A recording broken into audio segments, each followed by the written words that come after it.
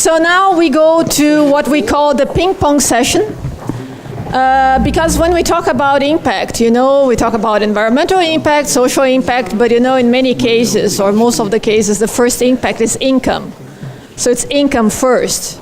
So what do we do about this young generation of the jobless?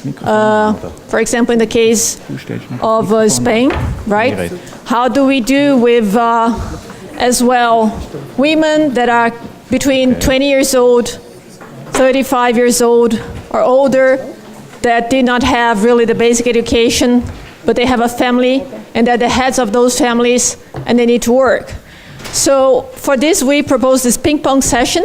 It's gonna be a type of interview. So Jürg or Jorge Roggenbauch, he has long history in Mexico as well. So for me, much more Jorge than Jürg. Okay. He's the head of media communications from the University of St. Gallen, and he's going to be interviewing Antonella Notari Vischer, who is the head of the Womanity Foundation, that has a specific project in Brazil that they support that provides vocational training for women to work in the construction sites. And Peter Vogel, who is a researcher, post-PhD at the University of St. Gallen. He's also an entrepreneur, a very strong entrepreneur, and he has done a work and a book has just been published about this, the jobless generation. So with that, please, Jürg. Okay, thank you. Okay. Does it work? Does it work? Yeah? Okay. Thank you very much, Angelica. Welcome to this brief panel discussion. I have the pleasure to act as the moderator. Our topic will be income first, generating social impact through access to the labor market. We are joined by Antonella Notari Vischer from the Womanity Foundation, who will be talking especially about their projects in skill development for women, and also by Peter Vogel, who is, among many other things, he does a leading researcher here at the HSG on youth unemployment and its consequences for the individual and society. Before we dive into the questions, just a few words on our topic today from my side. Education has often been cited as the single key influence factor when it comes to both an individual's future success and the development of society. In many emerging countries, the quality of public education is low, and it generates graduates with few skills than demanded by the actual labor market. This leaves young people, we know that, in low-skilled jobs with little professional prospects and often very low salaries. Many NGOs have identified this deficiency and have started playing an active role in this area, which we'll be talking about.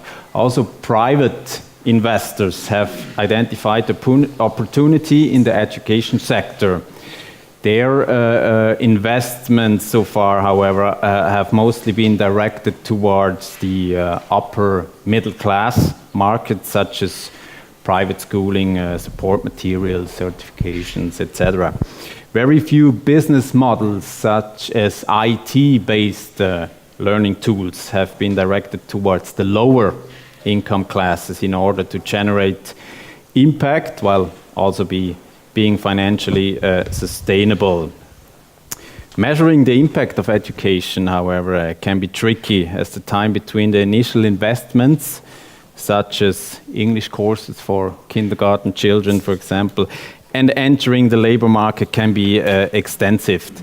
The conception of vocational or technical training, as we know it very well in Switzerland under the name of Berufsbildung, has only recently emerged as a tool to increase the employability, to foster inclusion in the labor market through skills that are actually in demand by the economy. Employability is crucial, though. It means gaining access to the labor market, and it is key for low-income socioeconomic groups where money is tight and needs to be generated quickly without a university degree that, as you very well know, can take up to 3 or 4 or 5 or 7 years even to earn.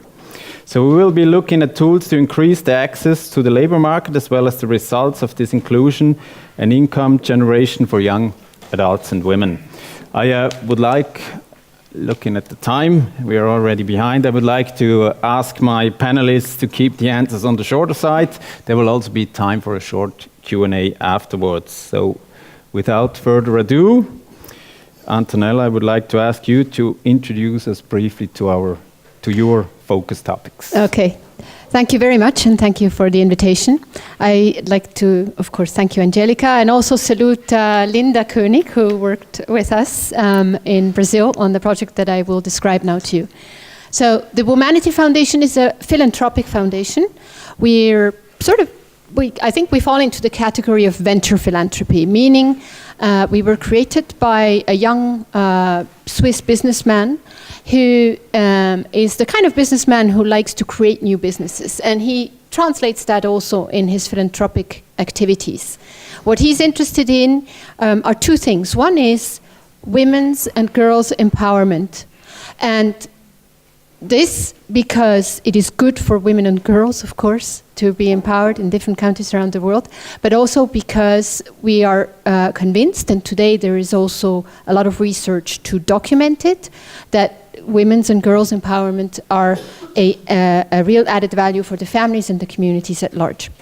The other thing that we're very interested in is we're not a big foundation, so where our added value is to build new models, try new things, research new models, invest in new models, take some risk, and then maybe create things that other people can replicate, that other people can also use in their work. In Brazil, I'll just focus on Brazil. What we are doing is a program called Women Changemakers. The Women Changemakers program is a program that focuses on social entrepreneurs who work for women's empowerment and who are ready to go to scale, who are ready to take the program to scale. We run the same program also in India, but we'll focus on Brazil. And how am I today sitting here? So we have one fellow in Brazil called Maria Beatriz Kern, who is actually of Swiss origin, but I think 3rd, 4th generation in Brazil, who decided that one way for women to gain skills that would enable them to graduate to a higher revenue category, and these are low-skilled women, women who have a very low level of education, and also, I should insist, women who don't have a lot of freedom in what they have been able to choose to do and in what, for example, their husbands or their families allow them to do. These women, to train these women in the skills, in the construction skills. So as electricians, as plumbers, as tilers, as painters, the skills that you need on a construction site. And in addition, to help these women, especially in the first phase after their training, to find employment, to be employed on a construction site. The interesting thing is that we had anecdotal evidence that this was not only good for the women, because they really were able to, at least over several years after they did their skills training, gain better revenues. So it was better for them, it was better for their families. But we also had a sense from talking with the construction workers and the teams on the construction sites that it was actually good for the construction site, and that it was good for the diversity at the work level on the construction site. Finally, we were even told, and this is anecdotal for us, and that's where then the St. Gallen comes in. We were actually told by foremen, construction, how do you call it, the people who run the construction sites, that they liked employing women, because women are more organized, they're more attentive to detail, they're more disciplined, and there's better hygiene on a construction site if you have some groups of women on a construction site. It's not all a rosy picture, and we know that. There's also some difficult parts of it, but generally the experience is actually very positive. The St. Gallen hub in Sao Paulo and Linda Koenig in particular then offered to actually study the impact, the socio-economic impact of this program, and looking at it much more in detail, carrying out interviews with dozens of women, with other stakeholders, looking at the data, and the report is not quite finished yet. It will be soon, in a month at the most, I think. But we already have some preliminary data, and maybe we can come back to that later. Now, Peter, income is directly linked to employment. And young people around the world are currently struggling to find decent employment and as such generate the first income. In your book, Generation Jobless, you discuss the crisis and propose a number of solutions. So, in your opinion, what are the factors that drive youth unemployment? Thank you very much. Thank you for organizing the conference. From my side as well, thanks for the invitation. Yes, we have a youth unemployment crisis. The ILO says we also have a women employment crisis, so two of the most affected groups related to employment are women and young people. So many of the things I'm saying equally apply to women. And today, talking about impact investing, talking about where can we put money to do good related to generating employment opportunities for young people and for women, I think the most important thing is that we understand the root causes. And when I started writing this book, I started looking into the topic quite profoundly, and I realized that it's extremely complicated, and that applying a one-size-fits-all principle, such as politicians like to do, take the youth guarantee by the European Union, typically don't work, because it's a very regionalized problem. Youth unemployment in Spain has nothing to do, or very little to do, with youth unemployment we see in Switzerland. Yes, there is youth unemployment in Switzerland. And equally, the mechanisms we have to deploy in order to tackle youth unemployment have to be different ones. So, more broadly speaking, what are the driving factors? You can categorize them into demand-side factors and supply-side factors. So demand-side, that's the labor market. So yes, through the economic crisis, we have a shortage of job opportunities, particularly opportunities that generate decent income, right? Just having income is not enough, but you need decent income. So there's a shortage of decent employment opportunities, most importantly, right? The ILO says we have 75 million unemployed young people. Well, we have many more that are not even registered, and we have even more that do not have decent income. So 75 million is a harsh number. The real number that we should be concerned with is more like in the 300-400 million. So, demand-side factors, macroeconomic setting of the economy, what kind of opportunities do we provide to young people and to women? Unfortunately, many companies took advantage of the crisis and the youth unemployment crisis, saying, great, let's create temporary employment opportunities with very low salaries, with no social insurance and no social backing for the people, and it will be really difficult to get out of that situation again. So the type of job we offer, the expectations that employers have towards young people, towards women, towards employers, this huge topic that we hear in media all the time, the skills mismatch, how do you address that? And then, of course, from the supply side, from the young people, what they expect from jobs, what kind of skills and capabilities they bring along when they enter the job market. You mentioned the dual education system being promoted, the Swiss, German, Austrian dual education system, which is shown to be one of the driving factors of low youth unemployment. Is being exported now, so how do we change the education system? And I could go on, but I'll stop here. Coming back to you, Antonella, we've talked about the monetary factors, of income, of course. What is then the non-monetary outcome of vocational training and in general improved access to the labor market? Yes, I think you have to see the context where these women are coming from. The change is enormous in terms of the opportunities that they gain. So even just the fact to be able to work outside the house, outside the home, work together with other people that are not immediately their family members, their children. These are women who have, I think, Linda, between 4 and 8 children. So I think the average is 4, and they range up to 8. They have very little freedom of movement and choice and opportunities at the beginning. That's a radical change. And it affects the way a woman, self-esteem, a woman's role in the society, a woman's influence in the society evolves. It has an incredible effect on how the woman then moves and evolves in her society. And this, again, has an extremely positive effect also on the community, because it is all a good cycle. It's a virtuous cycle. The woman is more productive. A woman typically invests a lot more in her family and in her community from the earnings that she earns, especially in developing countries. Statistics show that women probably invest 3 times as much as men back into the health, the education, the housing, the basic needs of the family.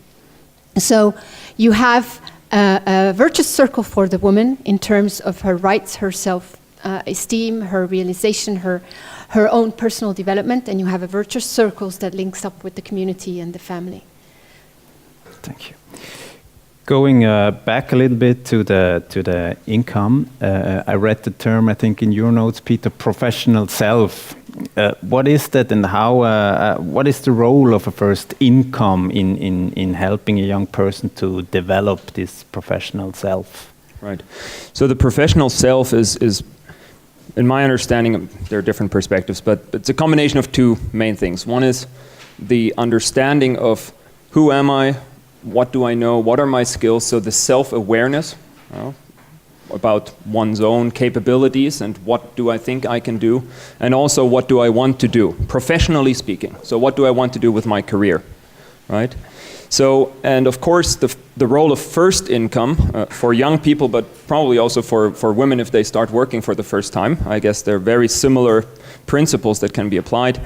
It's really, from a scientific perspective, we know that if you don't get into employment in the very beginning of your career, this has lifelong effects in terms of psychosocial development, in terms of development of your human and social capital, in terms of earnings. You will suffer in earnings lifelong compared to your peers that get into employment right away. You're more prone to become unemployed again. So you're more likely to become unemployed 2nd, 3rd, 4th time if you're unemployed early on in your life compared to later on for the first time. So there are really a lot of downside effects for a lack of a first income, not to speak of basically the self-perception, I'm worth something, I'm contributing to society, I have the means, the possibility to live an independent life. Talking about the collectivist countries, many now still live with their parents up until they're 35. It's simply because they cannot afford paying their own apartments, living, right? So what kind of psychological effects that has on the individual, that's quite severe. So the first income is tremendously important. Antonella, you touched on that already, I think a little bit. Why and how does labor market access then enable women to act as catalysts for the development probably of an entire family? Yes, as I said, there are studies that show, especially in developing countries or emerging countries that are in low-income groups of people, that when a woman starts earning a salary, she's more likely, up to three times more likely to reinvest in the family. But I think we can look at it from the perspective of the woman. As I said before, it's definitely a gain in empowerment, emancipation, and in influence, and in contribution from the side of the woman to the society. And we can look at it from the side of the society to, obviously, it increases productivity, it increases skills. The whole model of Mulher em Construção in Brazil, and I hope I said it right, was to say not only we want to give women skills that will help them earn a decent income, be able to also be independent outside the home, work. It was also to say, what is an industry today in Brazil, at least at the time when this was created, that needs skilled labor? Where can we actually be of an advantage to the Brazilian society? And the construction industry is definitely an industry in Brazil that is in need of skilled labor. I know that right now there's a bit of a crisis on construction. There's a bit of a halt maybe, but if you look at it on a longer term, that's definitely a field where it's interesting for where women can acquire fairly quickly skills that will be useful for them and for the Brazilian society. Peter, from your perspective, how does income affect an individual? We talked about professional self, the individual more, but how does it affect the income and individual's environment and maybe even the society in general? Right. I think I'll take the flip side of it again because it's easier to respond. What if we don't have a first income, and what are the effects on the immediate environment and on society? So on the immediate environment, on the family and friends of an individual that does not have a first income, I tapped into that already, saying that families need to support the young people longer into their adulthood. Maybe the parents need to work into their retirement age, so way beyond their retirement age, only to support their children that cannot find decent employment. From a societal perspective, there are many, many different things, society and economic. So, we're wasting tremendous potential. We send them through education, and many of the countries, take the example of Spain, where the vast majority of young people go into tertiary education. First, we pay, or not we, but they pay to send them through tertiary education, and then they're unemployed, so they have to get social benefits, and so on. It's just huge wasted potential, and of course human capital depreciates over time if you don't use it. So the stuff they learn in school depreciates by the time they find employment, it's gone, or at least not there as much anymore. We're talking about secondary effects related to increased criminality. We know the psychosocial and physical well-being is affected by unemployment, so increased health expenditures, increased social expenditures, increased security expenditures for an entire country. So there are huge expenses resulting from not giving people access to employment from individual environment, immediate environment, and societal perspective. Thank you. So we have a room full of people interested very much in impact investing. So Antonella, where are investing opportunities for impact investors in the education sector? Yes, well, if we look at these projects like the one we are supporting in Brazil, at the moment they're probably too small. And the interesting thing is they were set up by people who are very focused on the social development side, on the social impact that they're having. So that's exactly the kind of work that we're trying to do with a group like Mujer en Construção, is to work on her business model.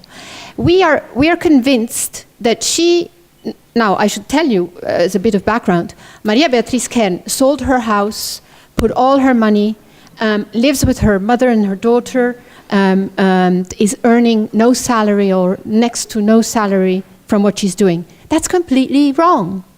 She's exhausting herself in this job, and she's exhausting her resources, and she's creating a lot of social value.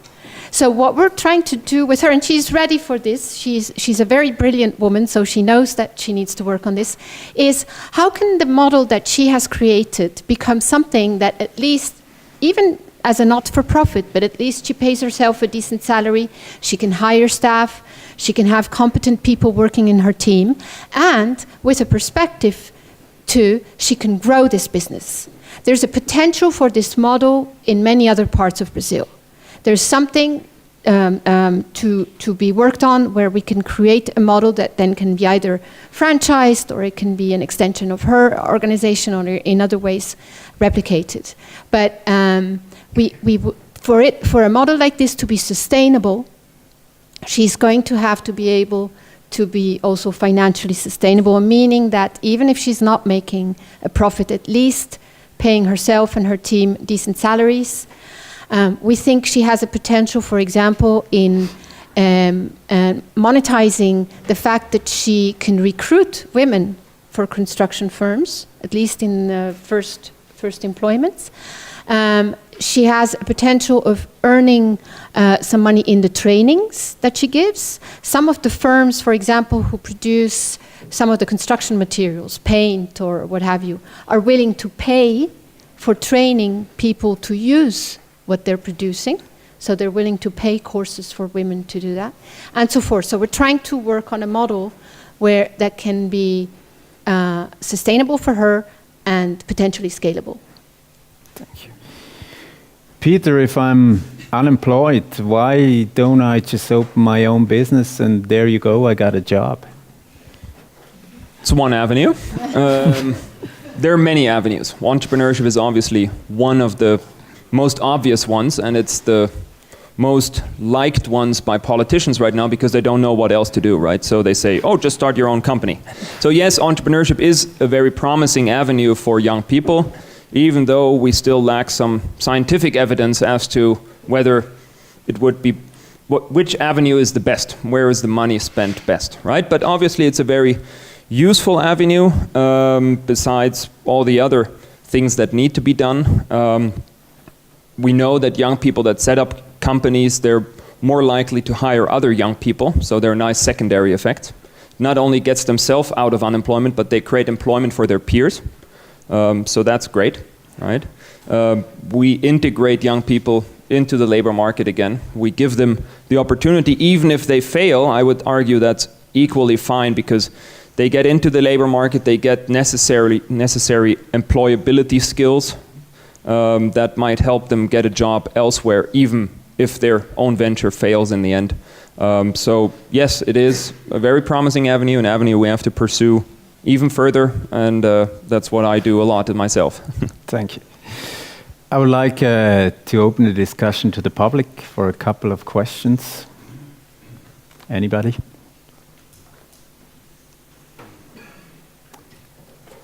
Yes, back there.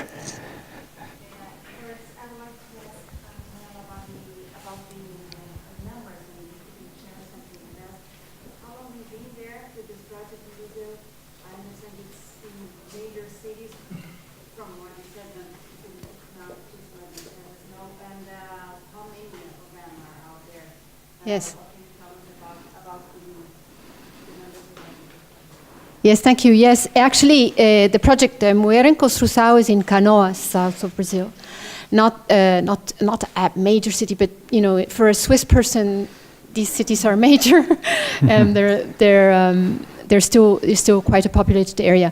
For the track record of Mulher em Construção, they've trained 5,000 women so far, more or less, and they're getting some interesting funding from like the Brazil Foundation and other grant makers to do more trainings for women. So, you know, we're expecting hundreds of more. There is a question though, whether should she continue to be funded for this by grant makers? Or as I said before, are we able with her to develop a model that will actually become a business that has a social purpose? Because I can tell you, Maria Beatriz Ken is a very active feminist mobilizer. She doesn't only train the women on construction work, she trains them on their rights under Maria de la Peña laws and other laws in Brazil that protect women's rights. So she has a definitely very strong social objective, but maybe gradually it shouldn't only depend on grant money. And we've been working with her for a bit over a year, and we will continue to work with her for, I think, a couple more years until we reach a place where we feel comfortable, where we both sides feel comfortable for her to take off on her own, on a new basis. Thank you. Yes, please. My name is Leticia. I also work with empowerment of women, and I would like to hear from you, how do you think when we have like a strong cultural difference. Like I work with indigenous people in Brazil, in Amazon, and I figured out that it's really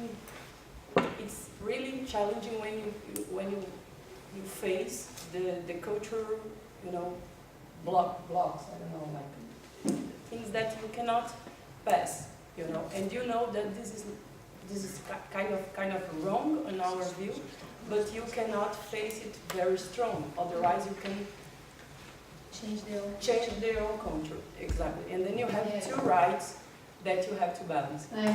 I understand your question very well, and you can take that anywhere in the world practically, especially when you're looking at women's rights. But one answer is to say, frankly, this whole cultural argument, sometimes it just doesn't hold water, because cultures change. Egypt was a country where women in the 60s, in the 70s were extremely educated, were involved, didn't wear veils, were very active. Today we're seeing a regression, and it's culture, it's tradition. No, I mean it's a power relation. Secondly, then sometimes yes, there are cultural things that are deeply ingrained in the culture, such as female genital mutilations, such as difficult things that happen to girls. I think the main thing is to work with the local women leaders in these communities, and slowly and surely. I mean, which community and which woman and which mother can actually, at the end of the day, be comfortable with mutilating her girl child? She does it because she's convinced that her girl child, as a woman, will not get married. And that's the end of the story. If we can change that belief, I think we can also change the practice. But we need to work with the women leaders in these societies, yes. Thank you. One last question, maybe?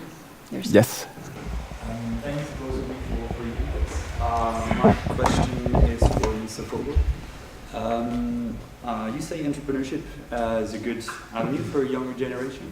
And I was just wondering, what do you think of the actual settings offered by universities in general? And how should it be improved? Because I think young people have a lot of great ideas, but sometimes the real problem is self-confidence about starting the ideas. Do you think we're going in the right direction right now? Or how do you think it should be improved? Good question. So I think universities are slowly getting there in understanding what their true role is, beyond just giving young kids skills and more knowledge actually than skills. I think there is a huge movement we see right now about how do we change the entire education system. There are a lot of initiatives because we realize that the education system doesn't do enough to prepare students for the world of work. And this is not only for entrepreneurship, because I mean really entrepreneurship is one career path that you can take, and I mean it would be totally absurd to say that every young person should now go into entrepreneurship, because then we have ultimately not entrepreneurship but self-employment, and we have a lot of one-man or women businesses because nobody will be employed anymore, right? Everybody will be self-employed. So we need to equally look at entrepreneurship as a career path, the corporate path, the academic path.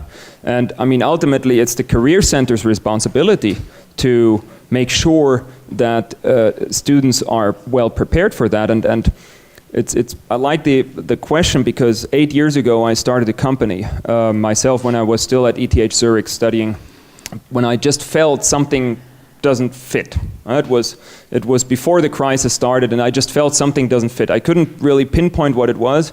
2 years later, or 1.5 years later, the crisis hit, and now we see the effects. And what we did, we said there's a gap between the education system and the labor market. And back then, when we were talking to universities, to the department chiefs, to the presidents, we would knock on very, very solid doors. Like, no, this is what we've done for 100 years, and universities are good, and we're well established, and, stop bothering us. And anyway, you're commercial, you're evil, right? So, this is changing. And all of a sudden, the spotlights are moving to universities saying, well, let's think what your role in society is, and in helping kids and students be ready for the job market. And we will see some change in the next years, I'm sure. Thank you very much. I think we're quite behind schedule. To sum up, Antonella and Peter, in one final sentence, your thoughts on how the future of investing for impact will look like related to labor market access, income generation. Antonella, please. Yeah, well, I really liked this last question and the comment as well, because is there a place for risk taking? Is there a place for experimenting and failing? I think in Switzerland we have a bit of a culture that doesn't allow you to fail and learn from your failures, doesn't always push for risk. So maybe could we create things like entrepreneurial hubs in universities or in professional high schools or technical schools and so forth, and allow people to take that kind of risk. Do we also cultivate the sense that it's not just about a financial return, but about the social, ecological, and human returns, that we're actually creating maybe what we can maybe call a social capitalism, a capitalism that has a really human face and allows people to develop. So those would be the two. Thank you. Let's change the phrasing. One final sentence to one final statement. How many commas may I use? 2 or 3. So basically looking at the topic of how can we have an impact. In my book, I look at over 100 solutions to youth unemployment, viable solutions from an education perspective, from what do employers have to do, what do policymakers have to do, what can young people do. Ultimately, there's a huge diversity of opportunities, and I would really like to see.